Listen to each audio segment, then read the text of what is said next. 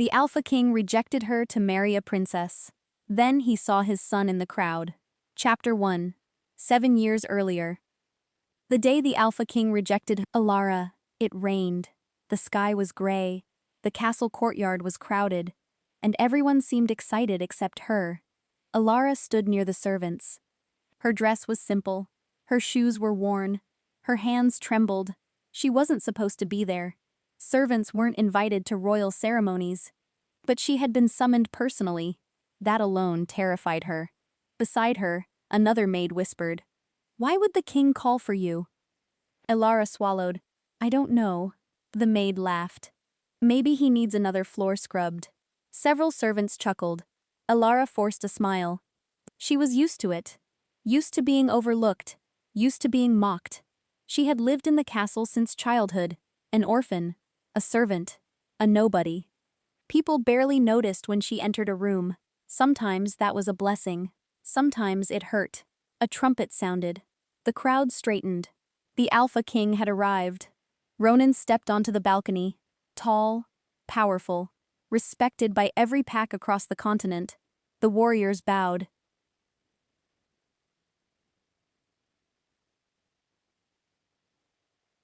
The nobles cheered. Even the servants lowered their heads. Alara did too. Yet something felt strange. Ronan wasn't smiling. He looked tense.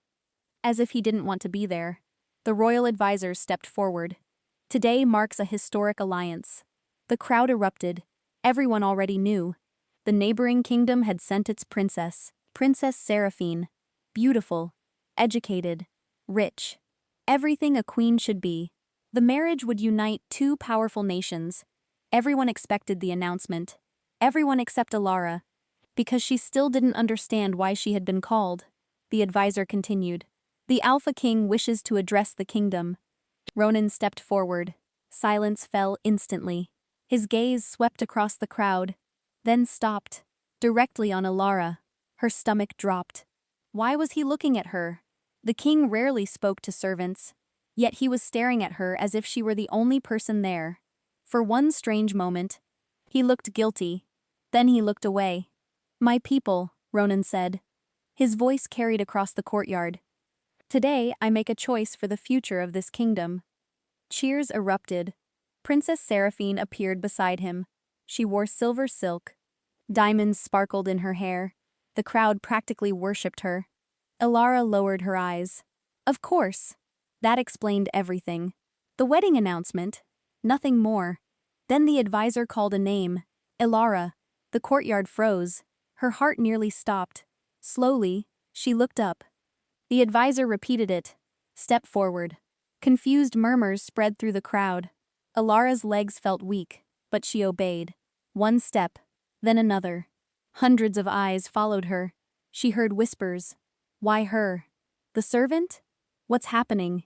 When she reached the center of the courtyard, she stopped. Ronan's expression remained unreadable.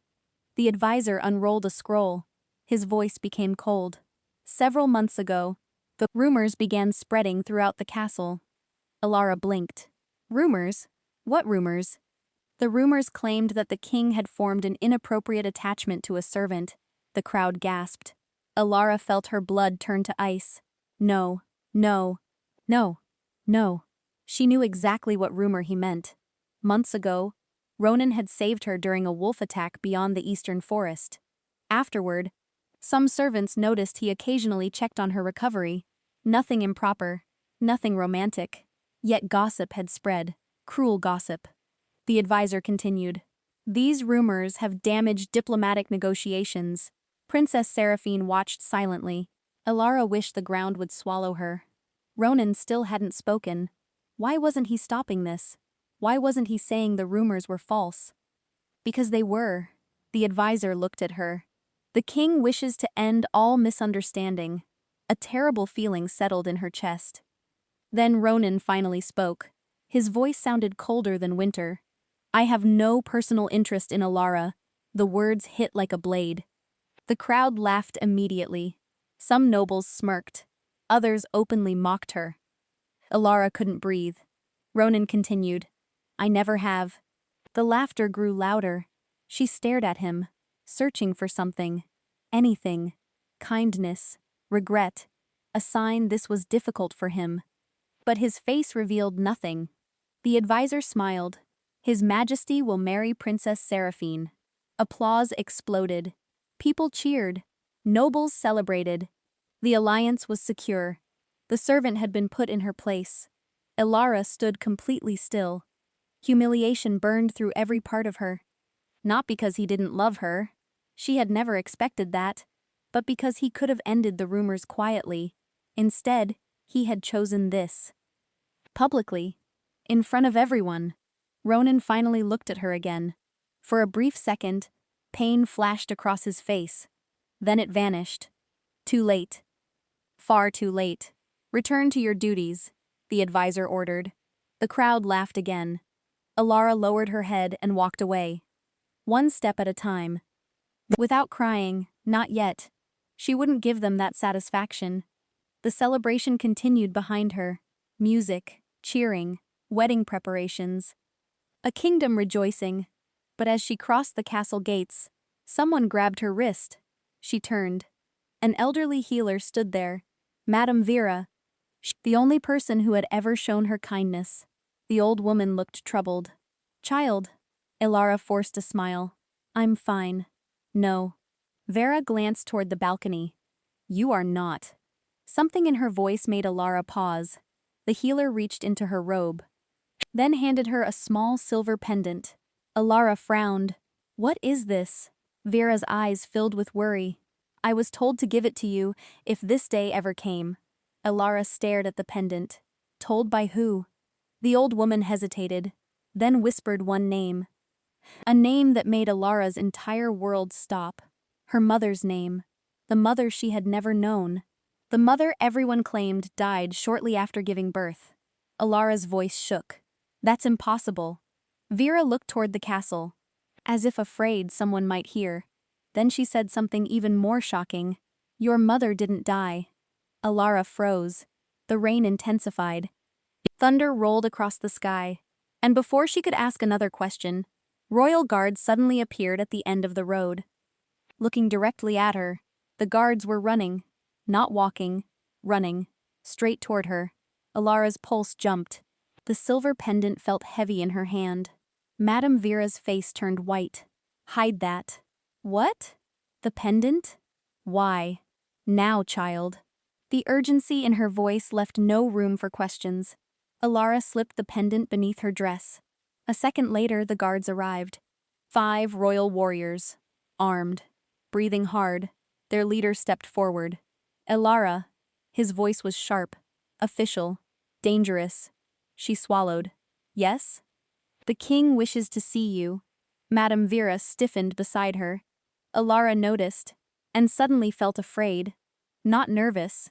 Afraid. The captain extended a hand. Come with us. The old healer spoke first. Why? The captain frowned. That information is restricted. His answer made everything worse. If this were harmless, they would simply say so. Elara looked toward the castle. The celebration was still underway. Music drifted through the rain. People were laughing, drinking, celebrating the future queen. So why did the king suddenly need her? After humiliating her before the entire kingdom? None of it made sense. I'll go, she said quietly. Madame Vera grabbed her arm. The old woman's eyes were filled with fear. Be careful. Elara nodded, then followed the guards. As they climbed the hill toward the castle, her thoughts raced. Her mother. Alive. The words refused to leave her mind. Your mother didn't die. Then where had she gone? Why had she left? Why had everyone lied? And why had Vera waited until today to reveal the truth? Questions piled upon questions. No answers. Only confusion. The castle doors opened. The guards led her through empty corridors.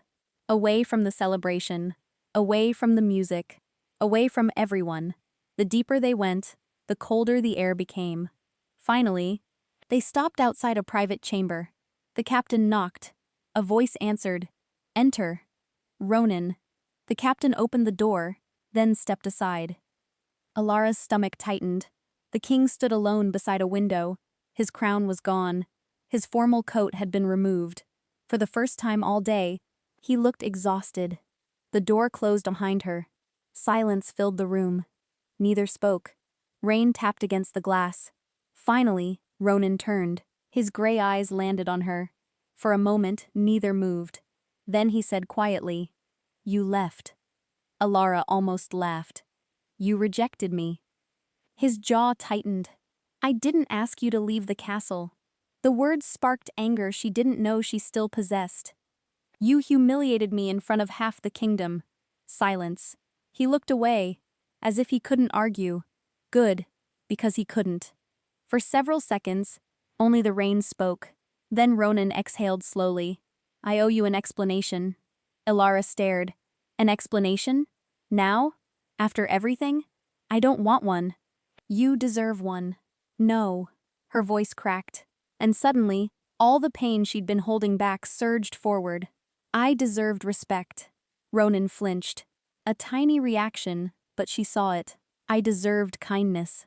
His gaze lowered. "You let them laugh at me." Every word hurt, because every word was true. For the first time since entering the room, Ronan looked genuinely ashamed. Yet that only made her angrier. Because shame changed nothing. The damage was done. Finally he spoke. "If I had done anything else, you would have died." The room went silent. Alara blinked. "What?" His expression hardened. Not cold. Protective. Almost desperate. "The rumors weren't harmless." She frowned. "What are you talking about?" Ronan crossed the room, lowering his voice. "There are people in this kingdom who would kill to influence the throne." Alara stared. The king continued. "When the rumors started, someone began watching you." A chill slid down her spine. "Watching me? Following you?" "No." "Yes." She shook her head. "Impossible. She was a servant. Nobody cared about servants." But Ronan's face told her otherwise. "I had guards protecting you." She frowned. "I never saw guards." "You weren't supposed to." The answer arrived too quickly, too naturally, as if it were true. Her anger wavered. "Just slightly. Not enough. But enough." Ronan continued. "The more attention you received, the greater the danger became." "So your solution was humiliation?" His jaw tightened. "It was the only way to convince them you meant nothing to me." The words landed strangely. Because they sounded almost identical to what he had said publicly. Except now, his voice held regret. The silence stretched. Alara wanted to believe him, but she couldn't. Not yet. Maybe not ever. Then something caught her attention. A fresh scratch marked his hand. Deep. "Recent." She frowned. "What happened to you?" Instinctively, Ronan hid the injury. Too late. She had already seen it. "It doesn't matter." "It does, if you're bleeding." The words slipped out automatically. Years of helping Madame Vera. Years of caring for injured servants. Years of putting others first. Without thinking, she stepped closer. Ronan looked surprised. Almost confused. As if nobody ever worried about him. The realization struck her unexpectedly. Perhaps they didn't. Kings weren't allowed weakness. Not publicly. Slowly, she reached for his hand. He froze. The moment her fingers touched his skin, something strange happened. A sharp pulse shot through the room, like invisible lightning. Both of them jerked apart. The air seemed to vibrate. Alara gasped. Ronan's eyes widened. Neither spoke. Neither understood. But both had felt it. The king recovered first. What was that? I don't know, yet she wasn't entirely sure. Because the silver pendant beneath her dress had suddenly become warm. Very warm. As though it were alive. Ronan noticed her expression. "What is it?" She hesitated, then remembered Vera's warning. Hide that. Immediately. So she shook her head. Nothing. The king didn't look convinced. Before he could question her further, a loud knock struck the door. Once. Twice. Urgent. Ronan opened it. The captain stood outside. Pale. Breathing hard. "My king." Ronan frowned. "What happened?" The captain looked directly at Alara, then back at the king. Fear flashed across his face. "The old healer." Madame Vera. Alara's heart stopped. What about her? The captain swallowed. She's gone. The room turned cold. What do you mean gone? Alara demanded. We found her house empty. Ronan's expression darkened. Search the grounds. The captain didn't move. My king. Ronan's eyes narrowed. What? The captain hesitated, then spoke. We found blood. Silence. Absolute silence. Alara felt the floor disappear beneath her. Blood. Madame Vera's blood. Someone had taken her. And as terror gripped her chest, one horrifying thought rose above all others. Whoever had taken Vera might be looking for the pendant next. And somewhere in the darkness outside the castle, someone already knew Alara had it. The realization hit her like ice. She was no longer just a servant. She had become a target. The search lasted all night. No one found Madame Vera. Not a single trace. No witnesses. No tracks. No answers. By sunrise, the castle was buzzing with rumors. Some said bandits had taken her. Others whispered about enemies from another kingdom. But Ronan believed neither, and judging by the look on his face, Alara didn't either. She sat alone in a small guest chamber, a room far nicer than anything she had ever known. She hated it. The soft bed, the fine curtains, the silver mirror. None of it felt safe. Not after what happened. Not after Vera vanished. A knock came at the door. Alara immediately stood. Who is it? It's me. Ronan. She hesitated, then opened it. The king entered alone. No guards. No servants. No crown. His eyes looked tired. He hadn't slept. Neither had she. For a moment neither spoke. Then Ronan placed something on the table. A folded piece of cloth. What is this? We found it near Vera's house. Alara unfolded it carefully. Her heart nearly stopped. It was Vera's shawl. Dark red stains covered one corner. Blood. Fresh blood. Tears instantly filled Alara's eyes. No. Ronan remained silent. She clutched the cloth tightly. She was kind. Her voice broke. She never hurt anyone. Ronan watched her quietly, then said something unexpected. Kind people are often the first targets. She looked up. The sadness in his eyes surprised her, because he sounded like a man speaking from experience. Not theory. Experience. What aren't you telling me? She asked. The question lingered. Ronan stared at the rain outside the window. Finally, he answered. I don't know who took her. That's not what I asked. His jaw tightened. You deserve honesty. Then be honest. Silence. Then he looked directly at her, and for the first time since yesterday, the king seemed vulnerable. I think they were looking for something. Her fingers tightened around the shawl. The pendant. His eyes sharpened immediately. A dangerous silence followed. You have something? Alara cursed herself internally. Too late. She had reacted. Ronan noticed. Of course he noticed. He noticed everything. Slowly, she stepped back. The king didn't move. Didn't threaten. Didn't demand. He simply waited. I promised someone. Vera? Alara nodded. His expression softened. Slightly. I won't force you. The answer surprised her. Kings usually forced whatever they wanted. Yet Ronan simply stood there, waiting. Respecting her choice. That made everything more confusing, because it didn't match the man who had humiliated her yesterday. Two versions of him seemed to exist. The king everyone feared, and this man standing quietly in front of her. She didn't know which one was real. Maybe both. A loud bell suddenly rang across the castle. Once, twice, 3 times. Ronan immediately turned toward the window. His expression darkened. What is it? Alara asked. The royal arrival bell.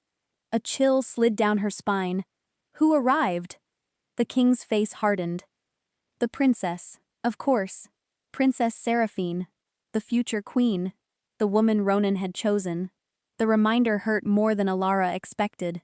She hated that. Hated herself for caring. Ronan headed for the door, then paused. If anyone asks about the pendant, tell me. Her eyes widened. How do you know it's a pendant? For the first time all morning, the Alpha King looked caught off guard. A tiny mistake. But she saw it. And suddenly she knew. He already knew exactly what Vera had given her. Before she could question him, he left. The door closed, leaving her alone. With even more questions than before, Princess Seraphine arrived like royalty. Because she was royalty. Trumpets sounded. Nobles gathered. Servants rushed everywhere. The castle transformed into a celebration once again. Alara avoided the courtyard. She wanted nothing to do with it. Instead, she remained hidden, thinking, remembering, trying to understand. Eventually, curiosity won. She removed the silver pendant from beneath her dress. For the first time, she studied it carefully. It wasn't expensive, at least not visibly. A simple silver circle, no jewels, no markings, nothing special, or so it seemed, until she noticed the tiny symbol carved on the back, a wolf. Not unusual. This was a wolf kingdom, but beneath the wolf, a crescent moon, and beneath that, a single star. Something about it felt familiar. She just couldn't remember why. Suddenly, a voice interrupted her thoughts. Interesting. Alara jumped. The pendant slipped from her hand. Princess Seraphine caught it before it hit the floor. The future queen stood in the doorway, smiling. Beautiful, perfect, and completely unexpected. Alara's heart raced. Your Highness! Seraphine stepped into the room, still holding the pendant. Her smile never reached her eyes. You seem nervous. Alara stared at the pendant. I would like it back. The princess examined it, turning it slowly, studying the symbol. Then something changed. For the briefest moment, shock crossed her face. Gone almost instantly. But not fast enough. Alara saw it. The princess recognized the symbol. Without question, what is that? Alara asked. Seraphine immediately recovered. A trinket. That's not what your face said. The princess laughed softly. You are bolder than the rumors claimed. Rumors. Alara hated that word. Seraphine approached. Then placed the pendant in Alara's palm. Her fingers were ice cold. Be careful with old secrets. Alara frowned. What does that mean? The princess stepped toward the door. It means some truths are buried for a reason. The answer sent chills through her. Do you know my mother? The princess stopped walking. A long silence followed. Then she looked over her shoulder. And for the first time, the perfect princess appeared genuinely unsettled. No, the answer came too quickly, too sharply. A lie. Alara felt it instantly. The princess left. The door closed, and Alara's heartbeat quickened. Because now she knew something important. Very important. Princess Seraphine knew exactly what the pendant was, and she was afraid of it.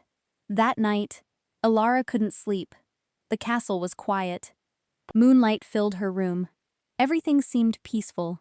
Until a sound came from outside her window. A scrape. Soft. Almost silent. Alara sat upright. Listening. Another scrape. Closer. Her pulse quickened. Slowly, she approached the window. Carefully. Quietly. She looked down. At first, she saw nothing. Then movement. A shadow. Standing beneath her window. Watching. A man dressed entirely in black. His face hidden. His eyes fixed directly on her room. The moment he realized she had seen him, he smiled, then lifted something into the moonlight. A silver chain. Her breath caught. It belonged to Madame Vera, and attached to it was a small piece of parchment. The stranger held it up deliberately, making sure she could read the words. 3 simple words. We have her. Then the shadow disappeared into the darkness, leaving Alara frozen in terror. Because for the first time, the enemy had finally revealed itself, and somehow, they already knew exactly where she was. Chapter 4. Alara didn't think. She moved. The moment the shadow disappeared, she ran for the door. The parchment's words echoed in her head. We have her! Madame Vera was alive. At least she had been when the message was written. That was enough.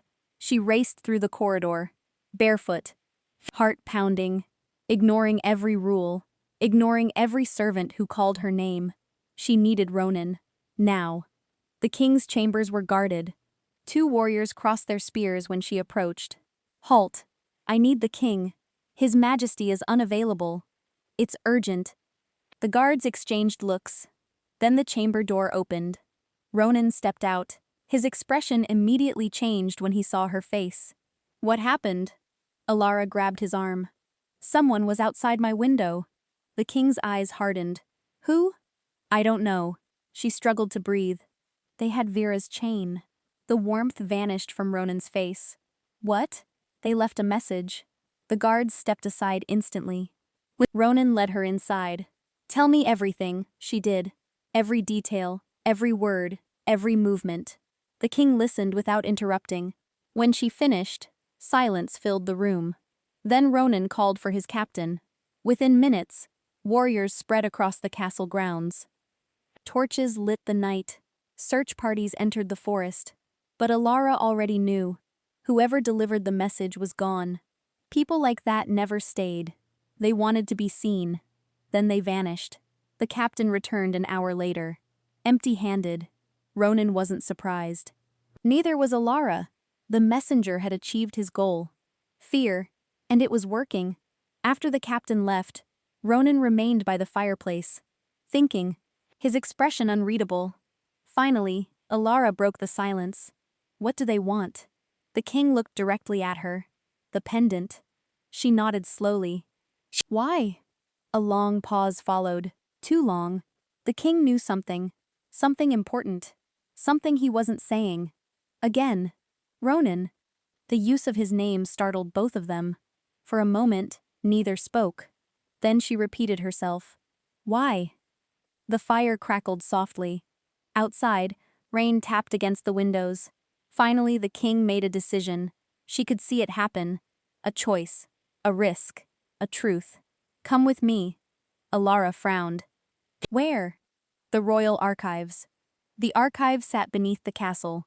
Deep underground. Past locked gates. Past guarded hallways. Past doors made of iron. The deeper they went, the colder it became. Alara had never been here before. Most people hadn't. Ancient records filled endless shelves. Books. Maps. Scrolls. Secrets. Centuries of them. Ronan led her to a small chamber at the very back. A place hidden from the rest. There, an old wooden chest waited. Covered in dust. The king unlocked it, then opened the lid. Inside were dozens of documents. Letters, drawings, records, and one portrait. Alara stared. A woman looked back at her. Dark hair, gray eyes, gentle smile. The resemblance was impossible to ignore. Her breath caught. My mother. Ronan nodded. The room suddenly felt smaller. The portrait looked exactly like her. Older, but unmistakably related.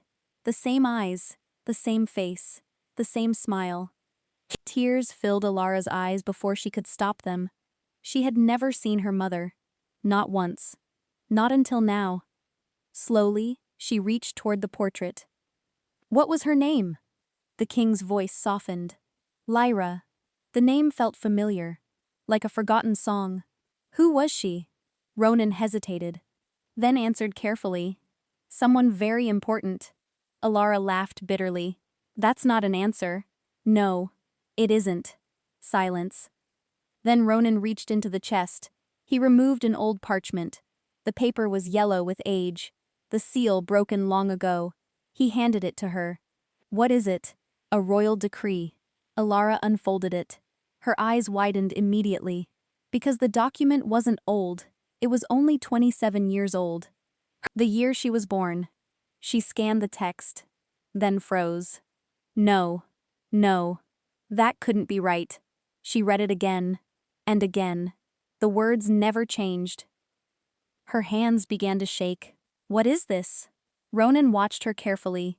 The decree named her mother, Lyra, and beside her name stood a title.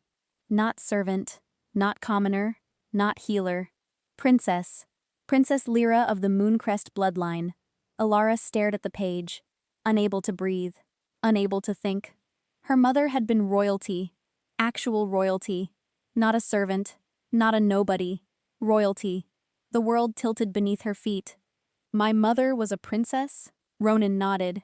Yes. Shock turned into confusion, then anger, then disbelief. If that's true, why was I raised as an orphan? No answer came immediately. The king looked away, and suddenly she knew. He hated this part. Whatever came next, he hated it. Finally, he spoke. Because someone wanted the Mooncrest bloodline erased. The words sent chills through her. What does that mean? Ronan stepped toward the portrait. His gaze settled on Lyra. Years of history seemed to weigh on him. The Mooncrest family once ruled half the northern territories. Elara listened carefully. Their bloodline carried a rare gift. A gift? The king nodded. A gift powerful enough to start wars. She almost laughed. It sounded ridiculous, like a fairy tale. Yet Ronan wasn't joking, not even slightly. What kind of gift? His answer came quietly. The ability to strengthen a wolf pack. The room fell silent.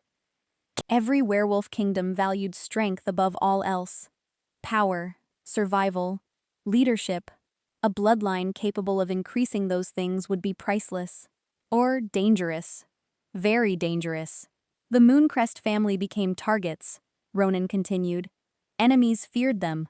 Elara looked at the portrait. And my mother? The king's expression darkened. She disappeared. Because she was killed? No. The answer came immediately. Certain. Absolute. Elara's heart skipped. You know that? Yes. How? Ronan remained silent. Too silent. Then realization struck. A terrible realization. You knew her. The king closed his eyes briefly. Just briefly. But it was enough. He knew her. Not as a name. Not as a historical figure. Personally. Very personally. How? Elara whispered. Ronan opened his eyes. Pain flashed across his face. Raw pain. The kind people carried for years. Then he said 4 words. 4 words that changed everything. She saved my life. The room went still. Elara stared, unable to speak, unable to move. Because for the first time, she realized her story, and Ronan's story had been connected long before she was born, long before the rumors, long before the rejection, long before the humiliation, and whatever secret existed between her mother and the Alpha King, it was far bigger than she had imagined. Then another voice suddenly echoed through the archives. A woman's voice, cold, sharp, furious. You should never have told her. Elara spun around. Princess Seraphine stood in the doorway, and behind her, 20 armed royal guards. Chapter 5. The room went silent. 20 guards, all armed, all standing behind Princess Seraphine. Elara's heart pounded. Ronan stepped forward instantly, positioning himself between her and the soldiers. A protective move. Natural. Automatic. The princess noticed. So did Elara. A strange look crossed Seraphine's face. Not sadness, not surprise, jealousy. Then it vanished. You brought armed guards into the royal archives? Ronan asked coldly. His voice carried authority. Danger. The guards looked uneasy. None of them wanted to be here. That much was obvious. Seraphine folded her hands. I came to prevent a mistake. Ronan's expression darkened. A mistake? Yes. Her gaze shifted to Elara. The mistake of telling her things she was never meant to know. The words sent a chill through the room. Elara tightened her grip on the royal decree. Why? The princess looked directly at her. For a brief moment, genuine pity appeared in her eyes. That frightened Elara more than anger would have. Because knowledge can kill. Elara was tired of riddles, tired of half-truths, tired of secrets. My mother was a princess.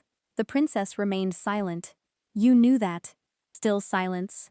You lied to me. Seraphine exhaled slowly, then gave the smallest nod. Yes. The admission stunned everyone. Even Ronan. The princess rarely admitted fault. Everyone knew that.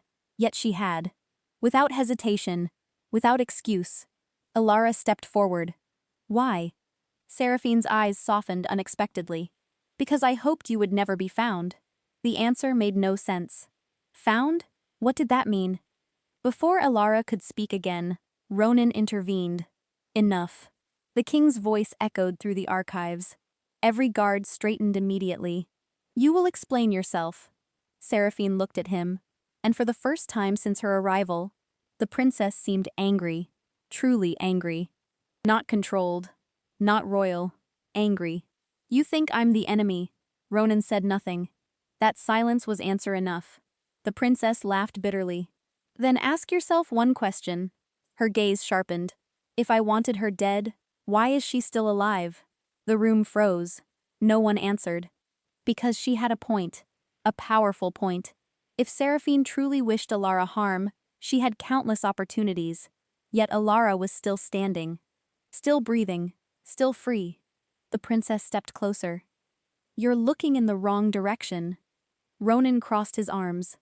Then, point me in the right one. For several seconds, Seraphine said nothing, as if debating something internally. A decision. A risk. Finally, she turned toward the guards. Leave us. The captain hesitated. Your Highness, now. Within moments, the soldiers withdrew. The heavy door closed behind them. Only 3 people remained. The king, the princess, the servant, or perhaps not a servant at all. Seraphine looked directly at Alara. What do you know about your father? The question hit like a hammer. My father? The princess nodded. Alara laughed once, a hollow sound. Nothing. The answer was true. She knew nothing. Not his name, not his face, not whether he was alive. Nothing. The princess looked troubled. Then she glanced at Ronan. You never told her? The king's silence answered. Seraphine shook her head. A mistake. Perhaps. No, her voice hardened. Definitely. Alara looked between them. Someone explain. Nobody moved. Nobody spoke. Then, Seraphine turned toward her and dropped another bombshell. The man who kidnapped Vera wasn't looking for your mother. Alara froze. He was looking for your father. The room seemed to tilt. What? The princess nodded slowly. The pendant isn't proof of your mother's identity. Alara's breath caught. Then what is it? Seraphine looked directly at the silver necklace, her expression filled with old fear. The pendant identifies the father. The room fell completely silent. Every heartbeat echoed in Alara's ears. No, that couldn't be right. Everything had been about her mother, hadn't it? The bloodline, the princess, the secrets, the kidnappings, the lies. Her mother, not her father. Yet both Ronan and Seraphine looked deadly serious. Who was he? Alara whispered. Nobody answered. The silence stretched. Long, painful, terrifying. Then Ronan finally spoke. 3 words, barely above a whisper. We never knew. Alara blinked. What? The king looked frustrated. At himself. At the situation. At the past. When Lyra disappeared, she was already pregnant. The revelation hit hard. Nobody had ever told her that. Nobody. She vanished before revealing the father's name. The princess nodded. Many believed she was protecting him. From what? Alara asked. The answer came immediately. Execution. Cold fear crawled down her spine. Execution. Not exile, not prison. Death. Someone had wanted her father dead. Badly. The realization changed everything. Because if enemies were still hunting him after 27 years, he wasn't ordinary, not even close. Then another memory surfaced. The symbol on the pendant, the wolf, the crescent moon, the star. She looked down at it. Suddenly, she remembered something. A faded memory. A story Vera once told her as a child. A bedtime story. She had forgotten it until now. The silver wolf. Both Ronan and Seraphine stiffened. Instantly. Their reaction terrified her. You know it, Alara whispered. Neither denied it. Her pulse quickened. In the story, the silver wolf wasn't a hero. Or a king. He was a ghost. A mysterious warrior who appeared during wars. Saving lives. Changing battles. Then disappearing. No name, no kingdom, no face. Only a symbol. A wolf. A crescent moon. A star. Exactly like the pendant. Alara looked up slowly. No. Neither moved. No. The realization grew stronger. Stronger. More impossible. The pendant belongs to the silver wolf. The room remained silent. Which was answer enough. Fear exploded inside her. Because every child in the northern kingdoms knew the legend. The silver wolf wasn't merely famous. He was myth. A warrior so powerful that entire armies feared him. A man nobody could find. A man nobody could kill. A man nobody could identify. And somehow, her pendant belonged to him. The implications were staggering. Then another thought appeared, one so shocking she almost refused to think it. Almost. She looked at the princess, then at Ronan, then back at the pendant. Her voice trembled. The silver wolf, neither spoke, was my father. The words hung in the air. Impossible, absurd, terrifying. Yet neither Ronan nor Seraphine denied it. Not immediately. Then a loud crash echoed through the archives. Everyone spun toward the door. Another crash followed. Wood splintered. Iron groaned. The guards outside shouted, then screamed. A third impact shook the chamber. Something powerful was forcing its way inside. Something strong enough to tear through royal soldiers. The door exploded inward. Guards flew across the room. One slammed against a bookshelf. Another crashed into a wall. Then a figure stepped through the shattered entrance. Tall, massive, covered in black armor. A silver wolf symbol gleamed on his chest. The room froze. Even Ronan looked shocked. The stranger removed his helmet, gray eyes, scarred face, cold expression. Then his gaze landed directly on Alara. And for the first time, emotion appeared. Not anger, not hatred, recognition. The armored warrior took one step forward, then spoke the words that shattered everything she thought she knew. Hello, daughter. Chapter 6. Nobody moved, nobody breathed. The world seemed to stop. Alara stared at the armored stranger. Daughter. The word echoed through her mind. Again, and again, and again. No. This had to be a trick. A lie, a trap. Yet something about the man felt familiar. Not his face. She had never seen his face, but his eyes. Gray. Exactly like hers. Exactly like her mother's portrait. The resemblance struck her like lightning.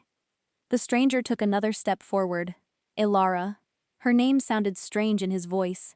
Gentle, careful, like something precious. Like something he had waited years to say.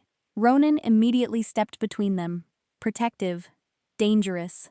The king's eyes narrowed. You shouldn't be here. The armored warrior smiled faintly. I could say the same. The tension in the room became unbearable. Alara looked between them. You know each other. Neither man answered immediately. Which was answer enough. Of course they knew each other. Nothing about this situation was simple anymore. Finally, the stranger nodded. Yes. Ronan's expression darkened. We haven't met in years. Not by my choice.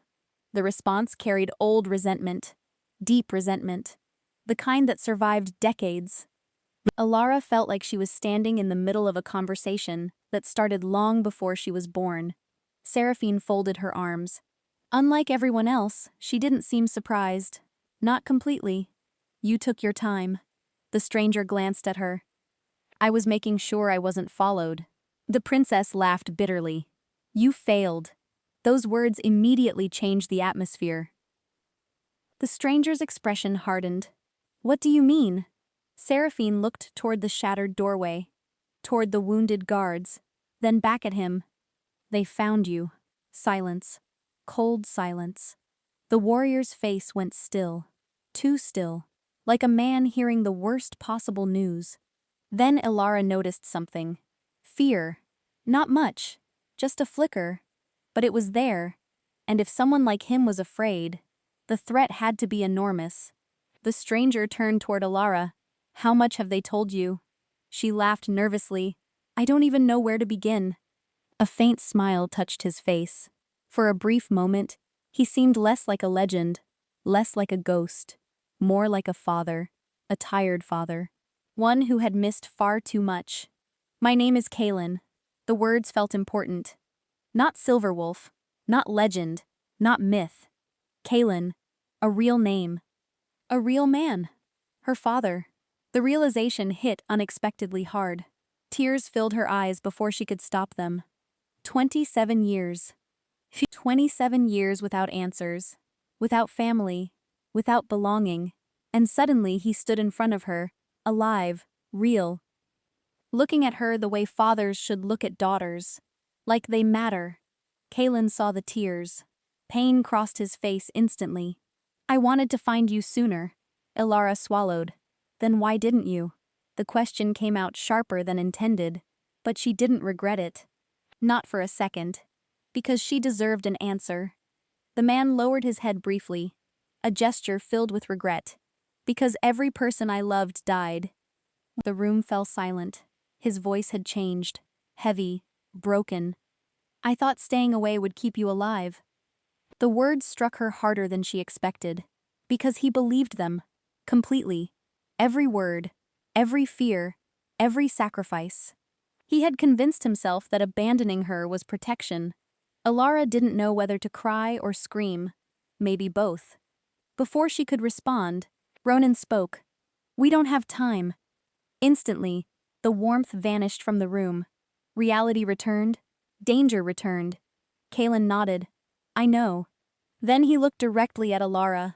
The people hunting Vera belonged to an organization called the Veil. The name meant nothing to her. But it clearly meant something to the others. Ronan's jaw tightened. Seraphine looked furious. They still exist? Ilara asked. Kaelin laughed once. A cold sound. They never disappeared. He walked toward the old chest, then opened a hidden compartment beneath it. Everyone stared. Even Ronan seemed surprised. Inside rested dozens of sealed documents, ancient records, maps, names, evidence. Kaelin removed one file, then handed it to Ilara. She opened it carefully and froze. The first page contained portraits. Dozens of portraits. Men, women, children. Every image marked with the same red symbol, a black eye. What is this? Kaelin's expression darkened. The dead. A chill raced through her. The veil killed them? He nodded. Everyone.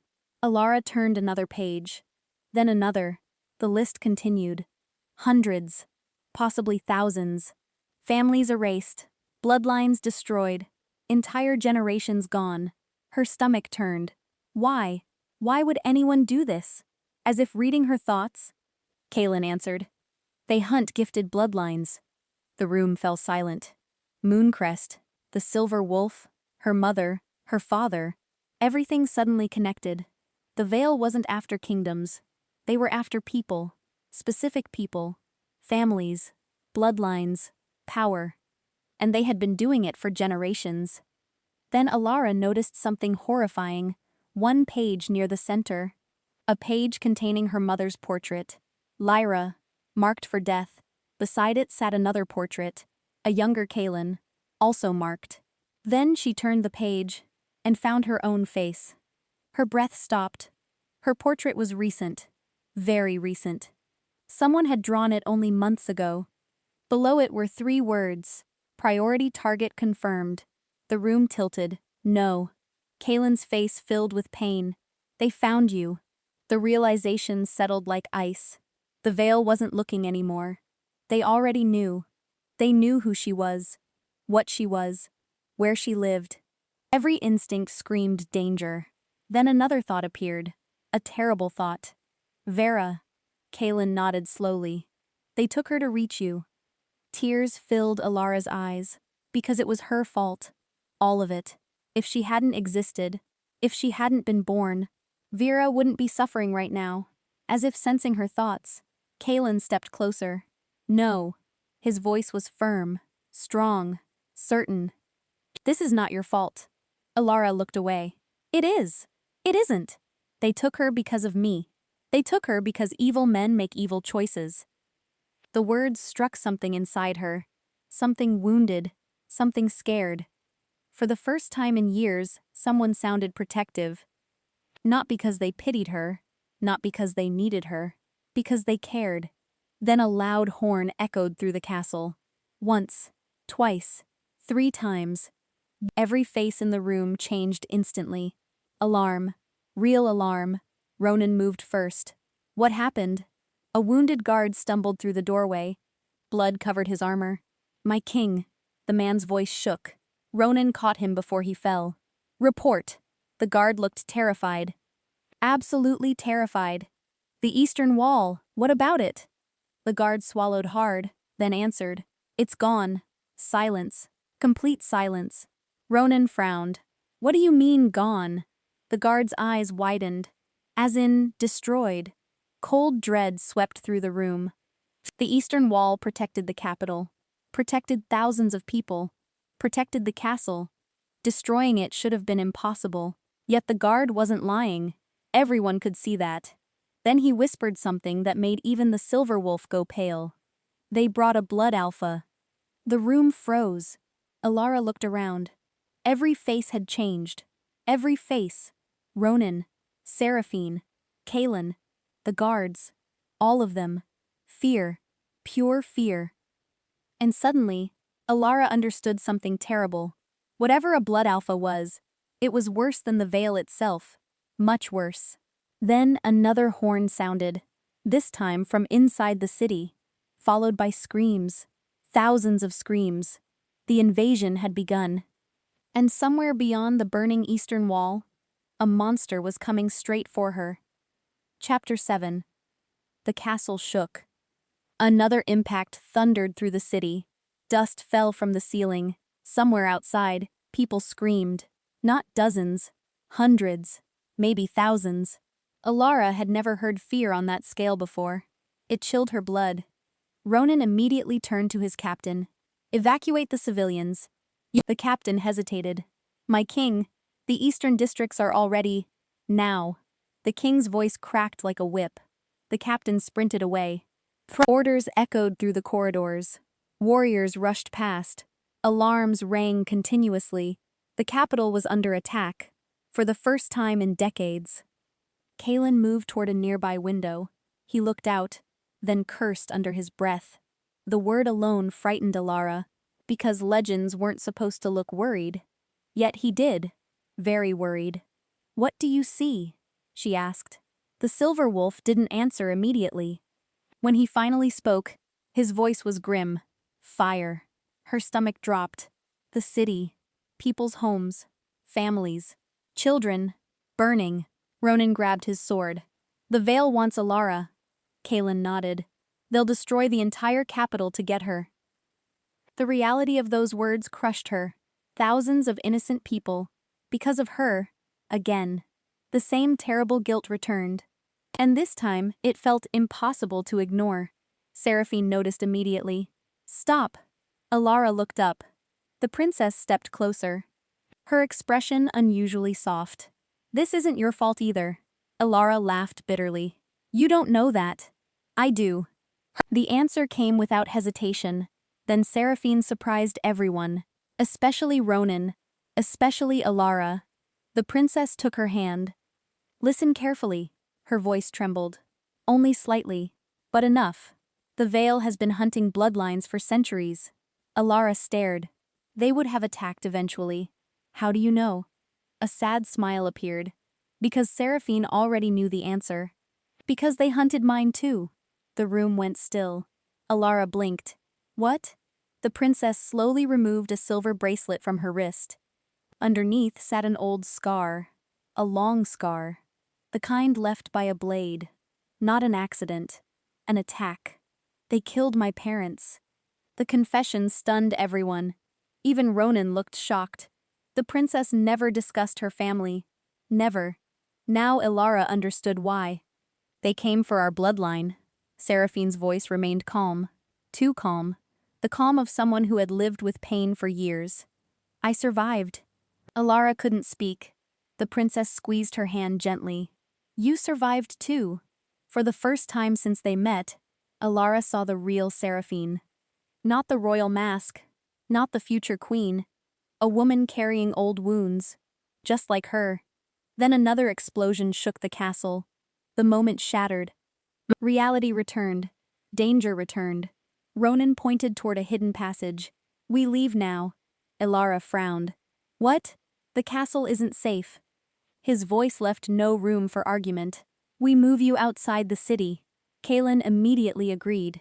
Good. The speed of their agreement alarmed her. They genuinely believed the capital would fall. Then, a horrifying realization struck. Wait. Everyone looked at her. If we leave, she swallowed. What about Vera? Silence. A painful silence. Kaelin lowered his eyes. Ronan looked away. Neither answered. Because neither had an answer. And Ilara suddenly understood.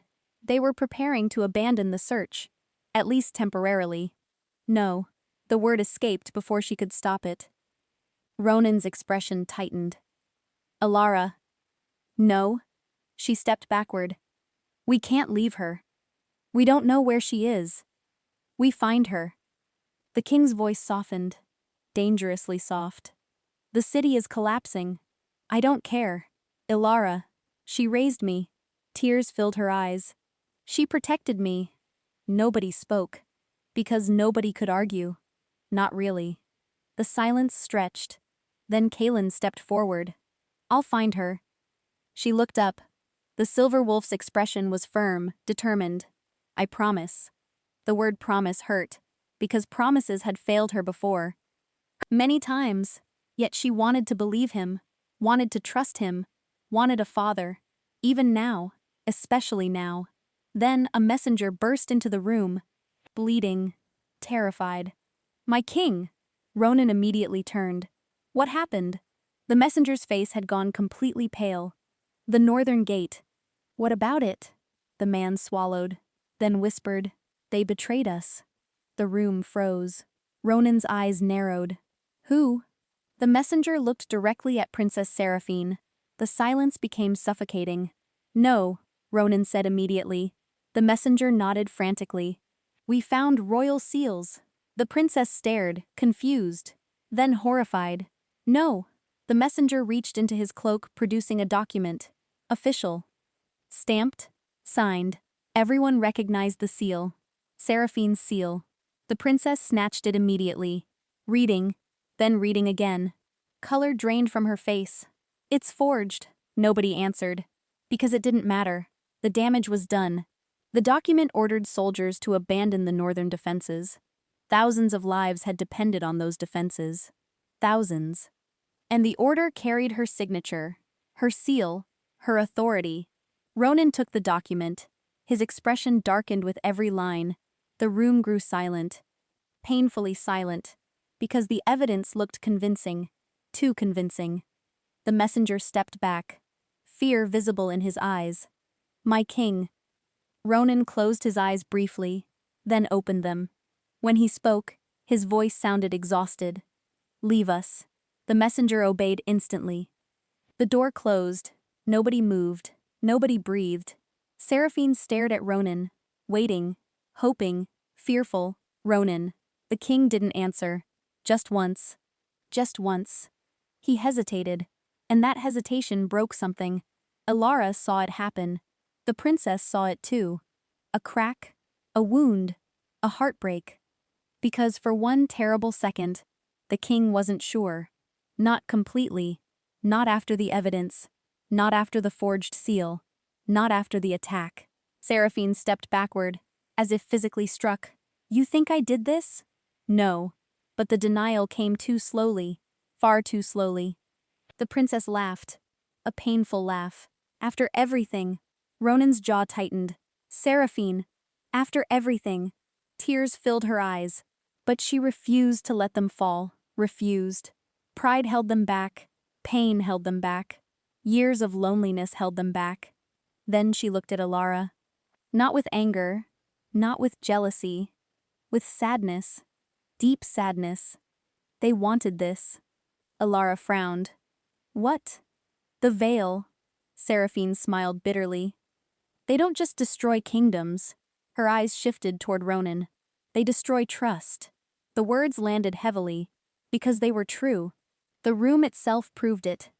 Then something unexpected happened. The princess removed a ring from her finger. A royal ring. Her engagement ring. The symbol of the alliance. The future marriage. The future crown. Everything. She placed it on the table. Quietly. Carefully. Then stepped away. Ronan stared at it. His face unreadable.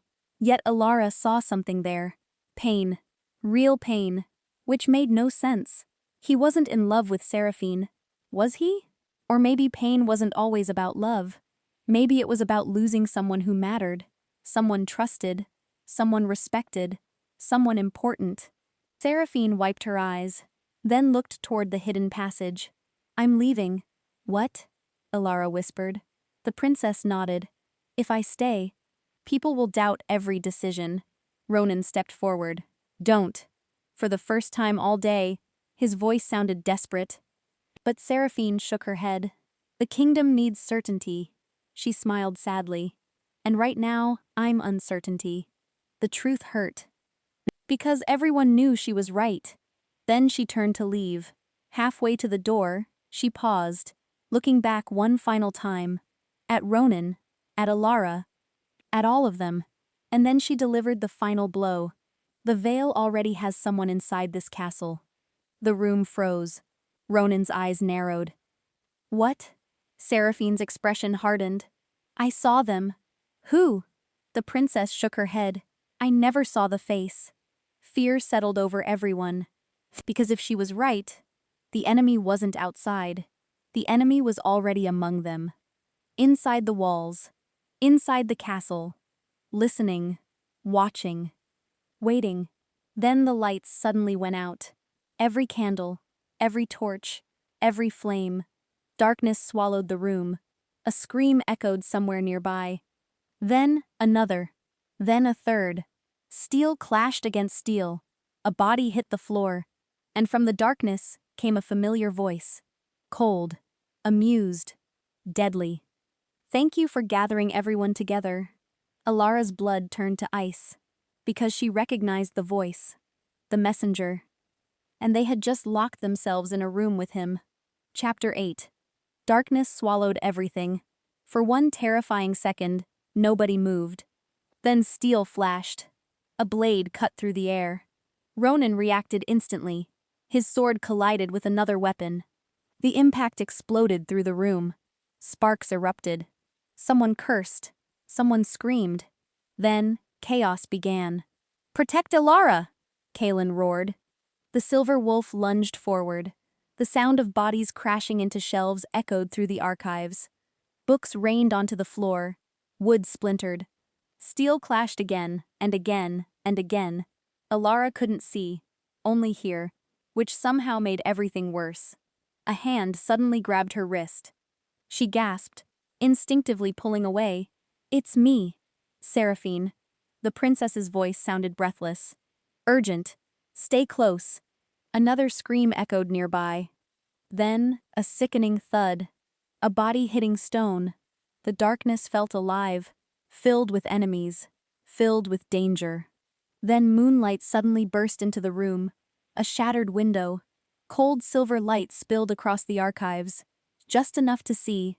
And what Alara saw made her blood freeze. The messenger stood in the center of the room, smiling.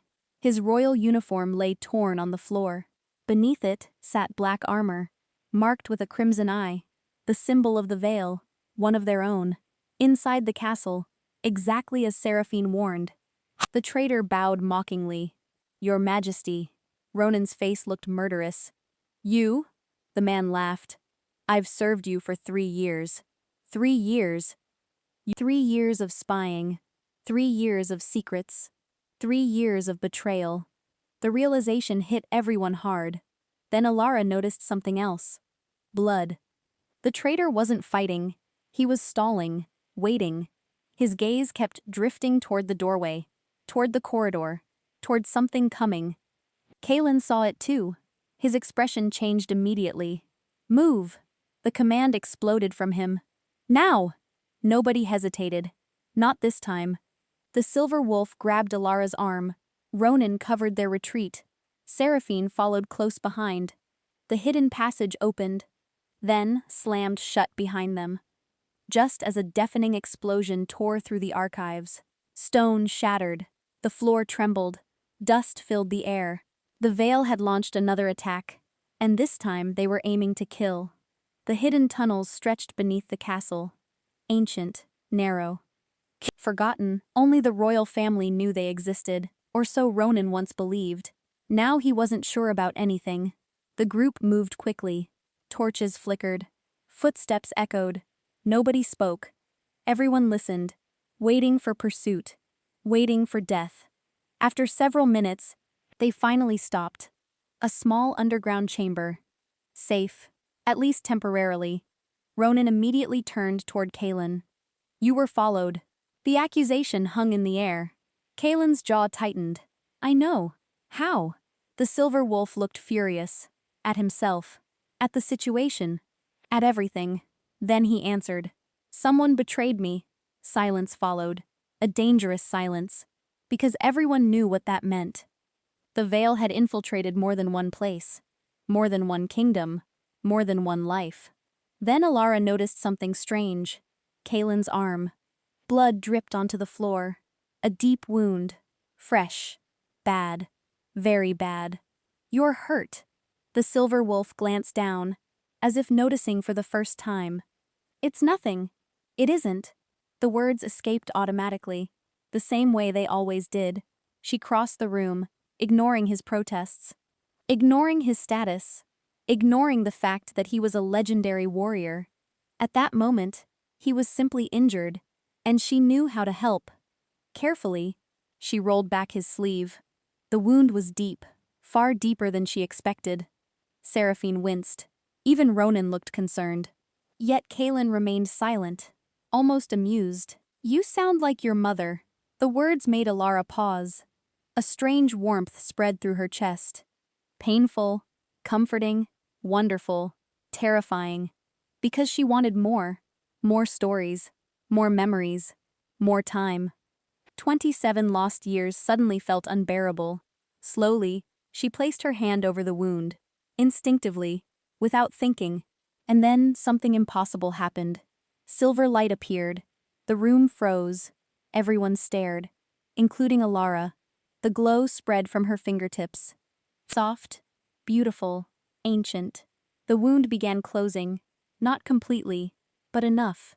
Enough to shock everyone. Enough to silence the room. Kaelin's eyes widened. Ronan took a step forward. Seraphine looked stunned. The silver light faded, leaving only silence behind. Alara pulled her hand away immediately. "What was that?" Nobody answered. Because nobody knew. Or perhaps they did, and didn't want to say. Finally, Kaelin whispered, "The Mooncrest gift." The words sent chills through the room. Healing, not strengthening wolves. Healing, real healing. The realization changed everything. If Alara possessed that ability, the Veil's obsession suddenly made perfect sense. A bloodline like hers could change kingdoms, wars, history. Then another realization struck. Someone else knew. Someone else had already seen. The traitor, the Veil, the Blood Alpha. If word spread, every enemy would come. Every one. Fear settled heavily over the room. Then a faint sound echoed through the tunnel. Footsteps. Everyone froze. One set. Slow. Steady. Approaching. Ronan drew his sword immediately. Kaelin moved in front of Alara. Seraphine grabbed a dagger. The footsteps grew closer. Closer. Closer. Then stopped outside the chamber. Silence. Absolute silence. Nobody breathed. Nobody moved.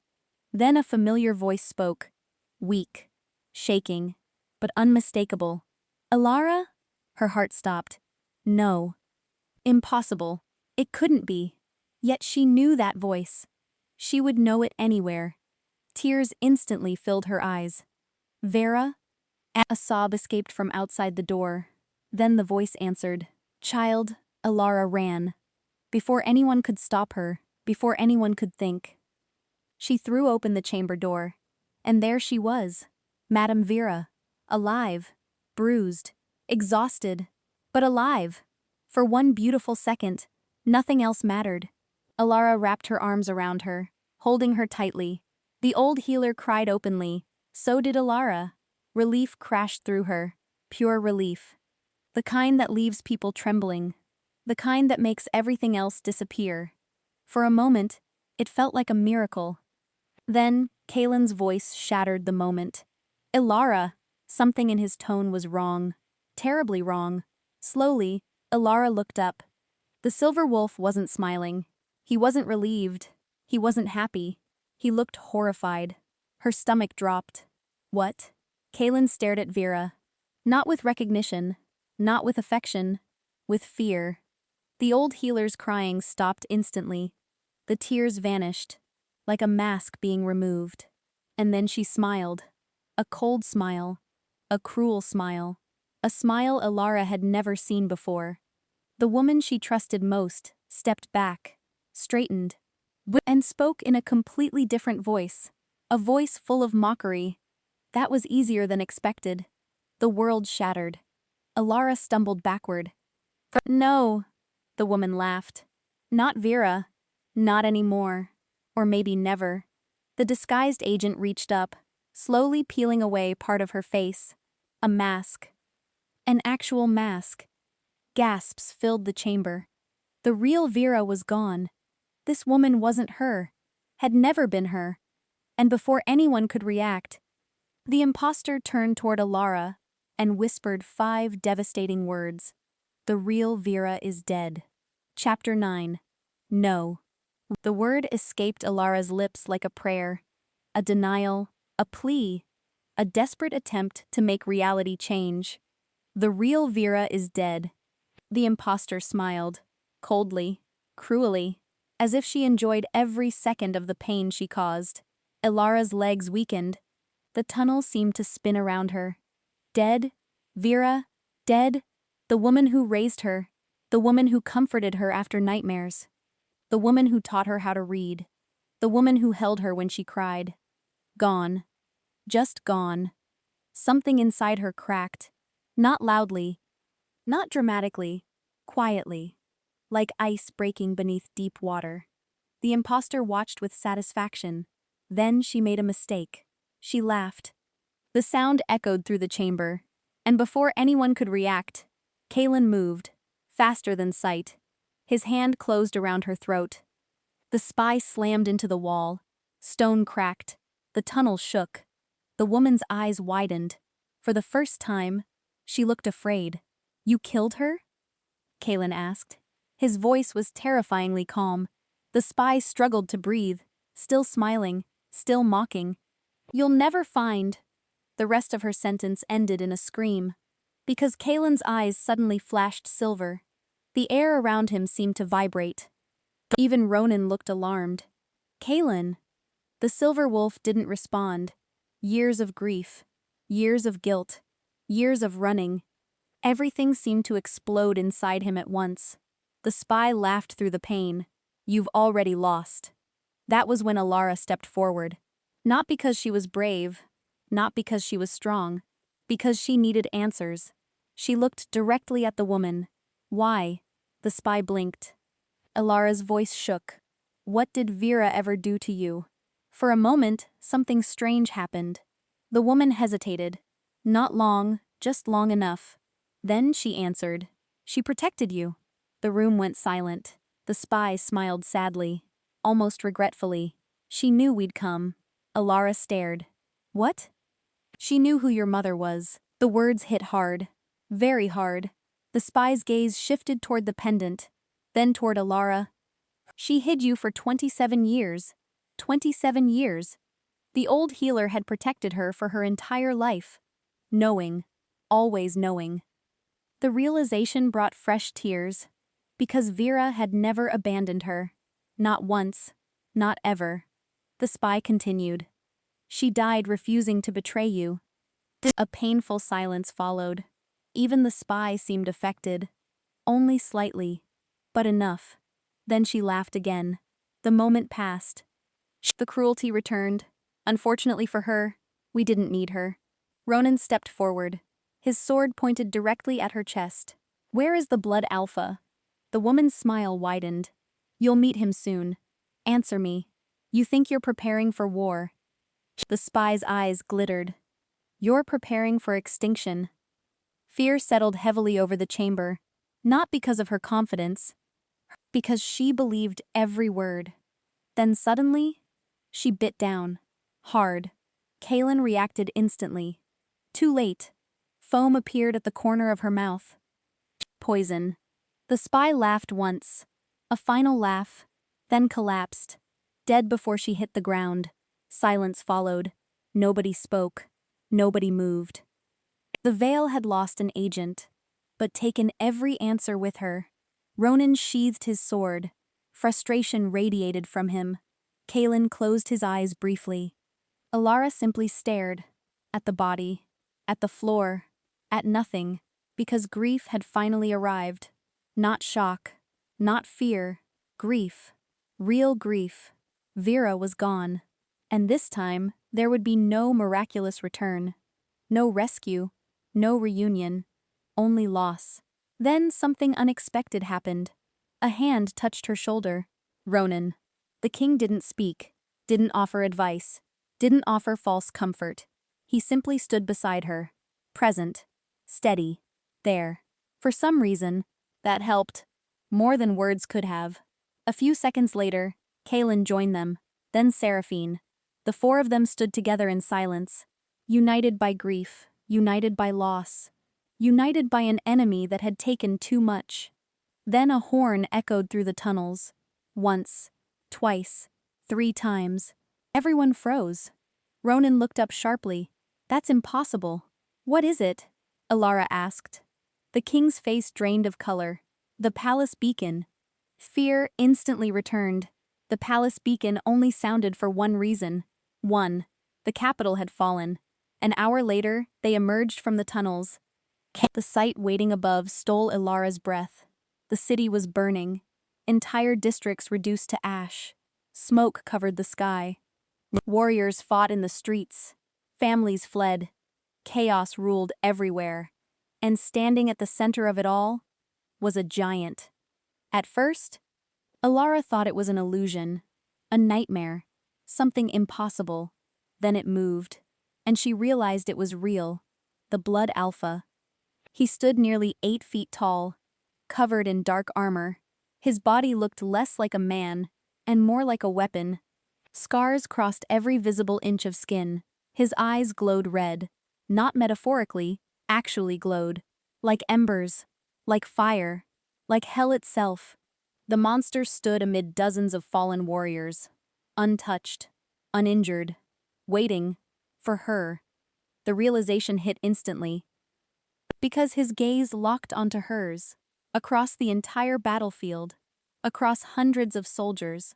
Across smoke and fire. He found her immediately. Then he smiled. The smile made her blood run cold. Run, Seraphine whispered.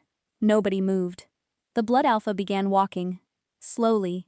Casually. As if nothing on the battlefield could stop him. Perhaps nothing could. Warriors charged. He tore through them. Literally. 3 men flew through the air. A 4th crashed into a wall. A 5th never got back up. The battlefield fell silent. Fear spread like wildfire. Even seasoned soldiers backed away. Kaelin stepped forward. Ronan beside him. 2 legends. Side by side. Yet neither looked confident. That terrified Alara more than anything else. The Blood Alpha stopped 20 yards away, then removed his helmet. A scarred face emerged. Older than expected. Perhaps 50. Perhaps more. His eyes settled on Alara, filled with recognition, filled with obsession, filled with something worse than hatred. Purpose. You look like her. The words echoed across the battlefield. Alara froze. Her mother. He meant her mother. The Blood Alpha smiled. I searched for decades. Cold dread settled into her bones. You killed her. The monster laughed. A genuine laugh. As if she'd told a joke. No. The answer shocked everyone. What? Then who? The Blood Alpha looked almost nostalgic. I loved her. The battlefield went silent. Even the wind seemed to stop. Alara stared. unable to process the words. Loved? No. Impossible. Nothing about this creature suggested love. Nothing. Then he delivered the final revelation. The revelation that shattered every assumption, every secret, every answer, every belief. I am your father. The world stopped. Completely. Elara looked toward Salen. The silver wolf had gone pale. Truly pale. Because somehow, the blood alpha wasn't lying. And if that was true, then the man she had just begun to trust wasn't her father at all. Chapter 10. The battlefield fell silent. I am your father. The blood alpha's words echoed through the burning city. Elara couldn't breathe, couldn't think, couldn't move. Slowly, she turned toward Kalen. The silver wolf stood frozen. Pain filled his eyes. Not surprise. Pain. The kind that comes from an old wound reopening. No, Elara whispered. Nobody answered. No, her voice cracked. Because she already knew. She saw the truth in their faces. The blood alpha laughed. Tell her, Kalen. The silver wolf lowered his head. For a moment, he looked less like a legend, less like a warrior, more like a man carrying decades of regret. Finally, he spoke. I loved your mother. The words hit hard, very hard, before she disappeared. Alara's heart pounded. Then why did everyone think? Because Lyra wanted it that way. The battlefield remained silent. Even the soldiers listened. Even the fire seemed quieter. Kalen swallowed. When Lyra discovered she was pregnant, she learned the truth. What truth? Elara asked. The answer came from the blood alpha. I was hunting her. His smile widened. I was younger then. A chill raced through Elara. The monster continued. The veil wanted the Mooncrest bloodline. The pieces began falling into place, slowly, terribly. Her mother, the veil, the pregnancy, the disappearance. Everything connected. My mother ran. The blood alpha nodded. She escaped. For the first time, genuine anger crossed his face. She disappeared before I could claim her. Claim her. The word made Elara sick. As though her mother had been property. Not a person. Not a woman. Not a human being. Just something he wanted. Something he believed belonged to him. Kalen's voice hardened. Lyra hid the truth. The silver wolf looked directly at Elara. She knew the veil would hunt any child carrying his blood. The realization crashed over her. Her entire life. Every lie. Every secret. Every sacrifice. Her mother hadn't hidden her out of shame. She had hidden her out of love. To save her. Tears filled Alara's eyes. The blood alpha looked annoyed. Love. He spat the word. As if love matters. That was when Elara understood. The monster wasn't merely cruel. He was empty. Completely empty. He understood power, control, fear. But not love. Never love. And that was why he lost her mother. The blood alpha pointed toward Elara. You belong to me. The words echoed across the battlefield. Something inside her snapped. Not in anger. In certainty. For her entire life, people had told her who she was. Servant. Orphan. Nobody. Target. Bloodline. Prize. But never once had anyone asked who she wanted to be. Until now. Elara stepped forward. Smoke curled around her. Fire burned behind her, and for the first time in her life, she wasn't afraid. No. The blood alpha frowned. No? I don't belong to anyone. The battlefield went still. The monster laughed, then stopped laughing, because Elara's pendant had begun glowing. Silver light spread across the chain, across her hands, across her skin, the same light that healed Kalen. The same light carried by the Mooncrest bloodline, except now it was stronger, much stronger. The ground itself seemed to vibrate. The blood alpha's smile vanished. Finally, for the first time, he looked uncertain. Interesting. The silver light expanded, flowing outward. Across the battlefield, across the wounded, across the dying. Warriors gasped. Cuts closed. Broken bones mended. Pain faded. Thousands of people felt it at once. A healing wave, a gift, a miracle. The Mooncrest power had never been about war, never about domination. It was about restoration, about protecting life, the exact opposite of everything the Veil believed. The Blood Alpha's face twisted with rage. Enough, he charged. The ground cracked beneath his feet. Soldiers scattered. People screamed. The monster sprinted directly toward Alara. Fast. Too fast. But he never reached her. Ronan intercepted him. Steel collided with steel. The impact shook the street. The king slid backward, yet remained standing. Then Kaelin joined him. The silver wolf attacked from the side. Together, king and legend, fighting as one. The battle exploded. The Blood Alpha was powerful, terrifyingly powerful. Yet for the first time, he wasn't unstoppable. Because he faced something stronger than strength. People protecting each other. Ronan took a hit meant for Kaelin. Kaelin returned the favor seconds later. Trust. The very thing the Veil spent centuries destroying. The thing they feared most. The fight raged through the burning square. Finally, the Blood Alpha roared. A furious roar. A desperate roar. Because he was losing. Not physically. Emotionally. He couldn't understand why. Couldn't understand why people kept sacrificing for one another. Why they refused to abandon each other. Why love kept defeating fear. Then Seraphine stepped forward. The princess raised a fallen banner. The royal banner. The crowd saw it. And something changed. The fleeing soldiers stopped running. The civilians stopped hiding. The kingdom rallied. Not behind a king. Not behind a princess. Behind each other. The Veil's greatest weapon had always been division. And for the first time, it failed. The Blood Alpha saw it too. Panic flashed across his face. Real panic. Then Alara understood. The monster had spent his entire life believing power came from fear, but real power came from connection, from loyalty, from trust, from love. Everything he lacked. The silver light intensified.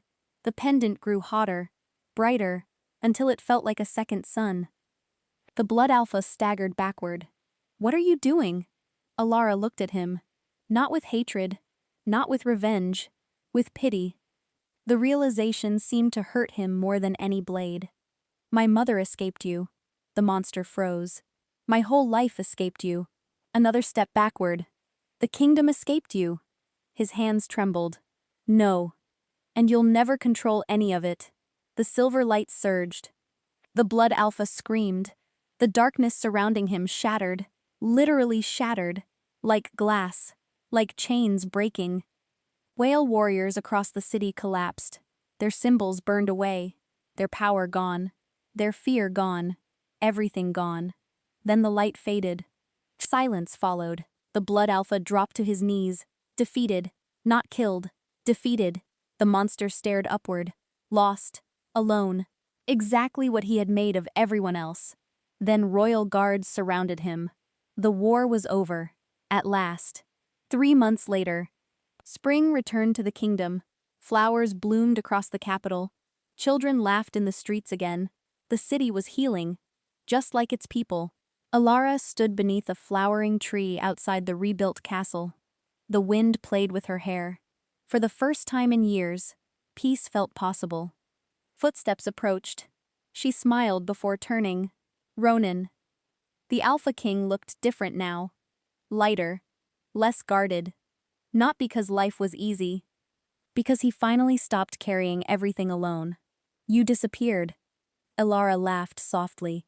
I was thinking. Dangerous. She rolled her eyes. The king smiled. A real smile. One she had fought hard to earn. For a while neither spoke. They simply stood together.